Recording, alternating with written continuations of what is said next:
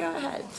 Well, I just wanted to tell you about our flight billing solution because we actually announced it on NBAA, as I also told you, but we are kind of not relaunching it, but we're also launching it for the Middle Eastern market during this show and trying to do as much publicity as possible for the solution. And the solution is for charters and operators and fractional ownerships who wants to take control of the internet use on board the aircraft. A lot of the operators came back to us and said, we like the idea of Swift broadband, but the investment that we're doing is very hard to control in the end because how about the running cost? How are we going to control that the system is not being used over excessively? How do we make a business case out of this? And that's what we're trying to provide here with a solution, just much like when you enter a hotel and you are prompted with a splash screen on the internet and says, okay, you do not have access right now, would you like to pay for the access? So much like that is exactly what we do. To accommodate the Middle Eastern market, we have introduced voucher as an option. Because we heard from our customers that they do not wish to use credit cards. Why is that? Just out of concerns about fraud, or? I think so. I mean, we do not. It's legal to kind of store the credit card information, but we do a verification, and I think that they're concerned that some of these cards are probably not. I mean, fraud. Ultimately fraud. And you can get around that with vouchers because then when you have your selection list, when you lease the aircraft, you will be asked, okay, do you want champagne? Yes, please. Would you like entertainment? Yes, please. Would you like internet? Yes, please. So they can check a box. They can check a box, and then you just get a voucher. That voucher can represent whatever amount of data or time you want. Can you give us an idea of some of the costs then? Well, the cost will be like right now. The customer that we have flying around is having 100 megabyte vouchers. And the price.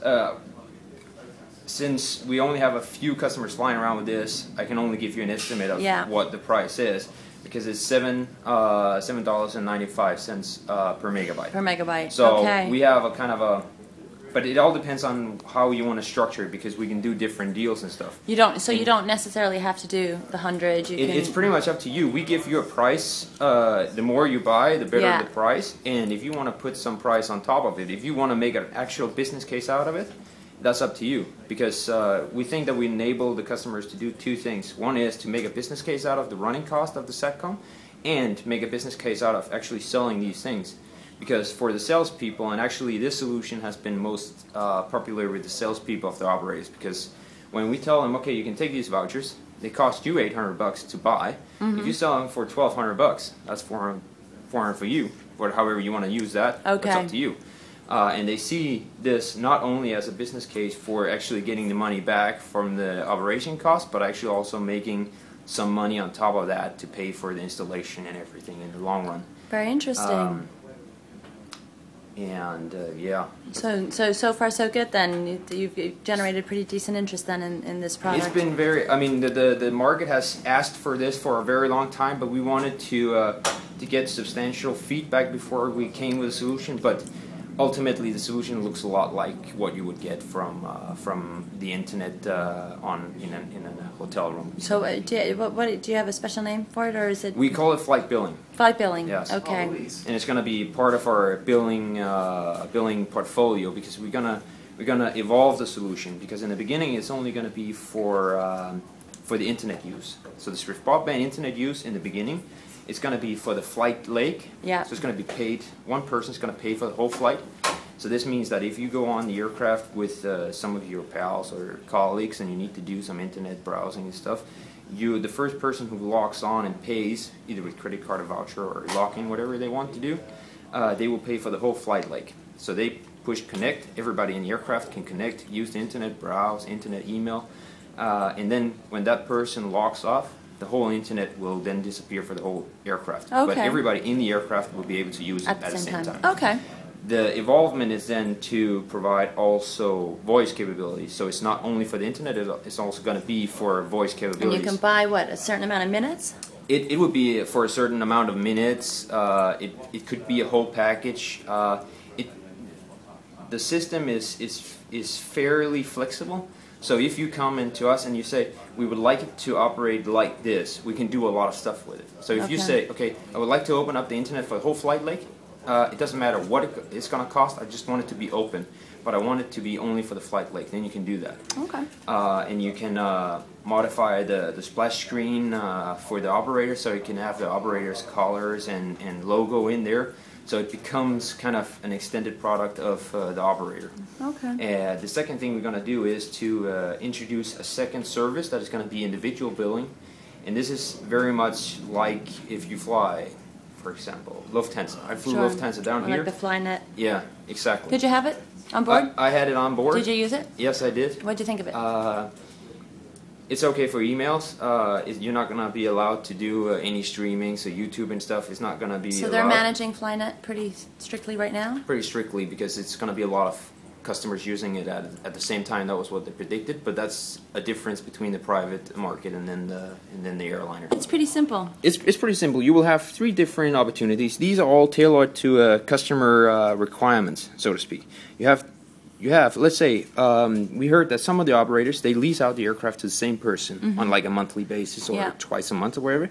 Here you could just create an account and you would fill that up. Then the next month you go on your aircraft, you would come here and you would just use your username and password and log in, and then you're ready to just start browsing. You don't have to sign up every time. That's pretty convenient for that. Cool. If it's the first time, or if you're a single flight user, then you would have a new account. I'll come back to this is the vouchers. Here, I'll move you over here so he can jump in. Sorry, Louise. So here you can create an account. If it's the first time you're on board, or if it's a single flight you're on, then you would click create a new account, and the next screen you would come up with is just choosing a username, a password, just some personal information about. Yeah, it's just like any other. It's kind of like jumping on GoGo almost. Exactly. Except for the business aircraft operators, right? Oh, keeping it easy. Yeah. And these are some price points now. These are some price points. This is dummy data, so this is a suggestion from our side. That's a suggestion from It can be whatever you want. It can just not be 0, because then we're not going to make any money. And this is interesting, of course. I mean, we have to be frank here. That's quite a price right there. I know it's 100 megabytes. But it might seem like a high price, but if you take, how much do you pay for data on your phone now? Right. Then this is very, very cheap, actually. Yeah. Because if I know that for a fact that I pay $15 per megabyte when I'm down here. Yeah. But I don't know if it's like that everywhere, but I just heard from our Middle Eastern rep that that's pretty much the same deal for everybody. So the roaming prices are actually higher than this. Okay. But yeah, when you see it like this, it seems like a lot. But if you think about it, it's not really that bad. Right. Then you select whatever data plan you would like to have, and then the last thing you do is to punch in your credit card data. We do not store the data. Due to kind of both legal issues, but what we do is to make an authorization of the credit card, just like you do if you have like if you pay with your credit card in taxi. Sometimes they do not store the data, but they authorize that this card is actually valid and it can be used, and then they charge it. And then you just punch in all the numbers. Yes, I've reviewed and agree with the terms of condition and service, and then you buy. When you punch the buy, and then you're locked in. Actually, and you can buy more. Then you be presented to this page. This page tells you the status right now. Jesper's got 8 megabytes left of available credit. And you see it kind of tick down as you use it. Then. It will tick down. Then you have your profile. Let's say that you would like to have a corporate account. Let's say that you fly the aircraft on Mondays, and then a colleague of yours is using it on Wednesday to kind of combine those things. Then you can actually make the profile as a corporate profile, and then you have to lock in the password, and then you can just pass it along. Cool. And then you can top up the credit if you're low. You can show the history, and you have a support availability. Very good. Yes. So that's pretty much how it works.